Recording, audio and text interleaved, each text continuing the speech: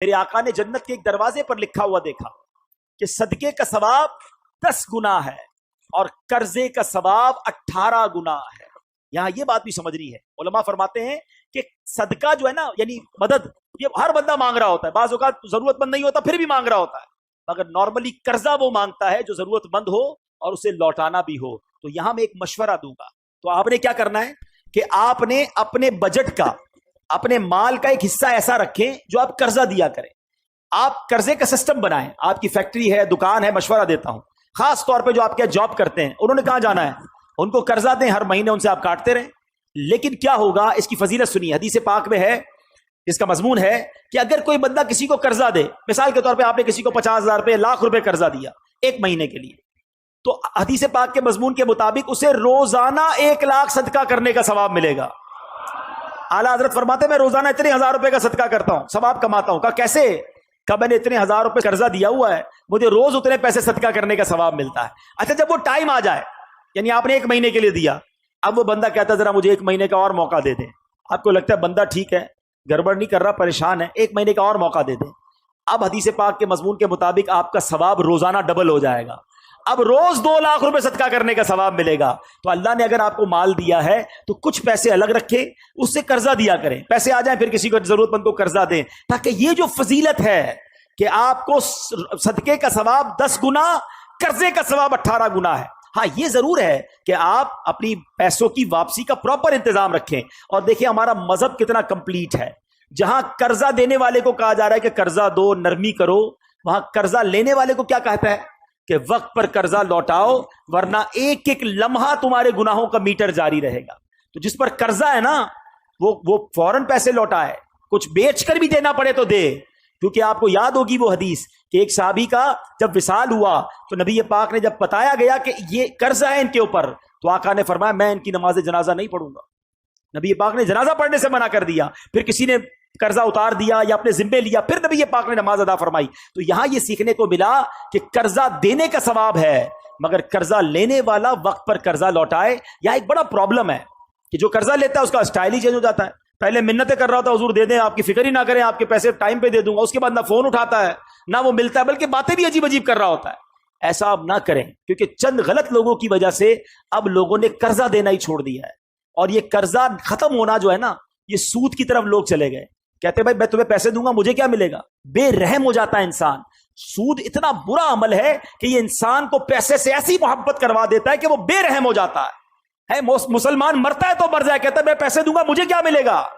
نہیں، ضرورت مند کی مدد کرو، انشاءاللہ تمہیں وہ اجر ملے گا جو قیامت کے دن تمہارا بیڑا پار کر دے گا. ٹھیک ہے، تو یہ اسی طرح اب نبی پاک نے جو جہنم میں ملاحظات کیے، یہ ذرا اس میں چند باتیں سن لیں پھر بیان کو ختم کرتے ہیں. کہ پیارے آقا علیہ الصلوۃ والسلام نے جہنم میں ایسے لوگوں کو دیکھا کہ ان کے پیٹ بڑے بڑے کمروں کی مانند ہیں. فرمایا یہ کون ہیں؟ تو بتایا گیا یہ سود کا کام کرنے والے ہیں. خدا کے واسطے اس سے توبہ کر لو، نکل آؤ. سود کے اندر جو غرق ہوا وہ برباد ہی ہوگا. یہ اللہ سے جنگ کرنا ہے. لوگ کہتے کیا کروں، کاروبار ختم ہو جائے گا. ارے تم رب سے جنگ کر رہے ہو، سب کچھ ایسے ہی ختم ہو جائے گا. ادھر ختم نہیں ہوگا تو آخرت میں کیسے جواب دو گے؟ کسی بھی صورت سود کے قریب نہ جائیں. معراج کی رات یہ عذابات کیوں دکھائے گئے؟ اللہ کے حبیب دیکھ کر آئیں اور آ کر اپنی امت کو بتائیں، انہیں ڈرائیں. مگر یہ امت ہے کہ انہیں پتا بھی ہے پھر بھی یہ کام کر رہے ہوتے ہیں. نبی پاک نے دیکھا کچھ لوگ مردار کھا رہے ہیں. فرمایا یہ کون ہے؟ جبریل امین نے کہا حضور یہ لوگوں کی غیبت کرتے تھے. جو غیبت کرتے ہیں، دوستوں میں بیٹھ کر لگائی بجھائی اس کی برائیاں، خدا کے واسطے نہ کریں. یہ بہت بڑا گناہ اور جہنم میں لے جانے والا کام ہے. اللہ سلامت رکھے امیر اہل سنت کو یہ بار بار ایسے ہی نعرے نہیں لگائے جاتے دعوت اسلامی میں کہ غیبت کے خلاف جنگ جاری رہے، غیبت سے بچنا ہے. آگے چلیں. نبی پاک علیہ الصلوۃ والسلام نے دیکھا کہ کچھ عورتوں اور مردوں کو دیکھا جن کو ان کی چھاتی کے ساتھ لٹکایا گیا.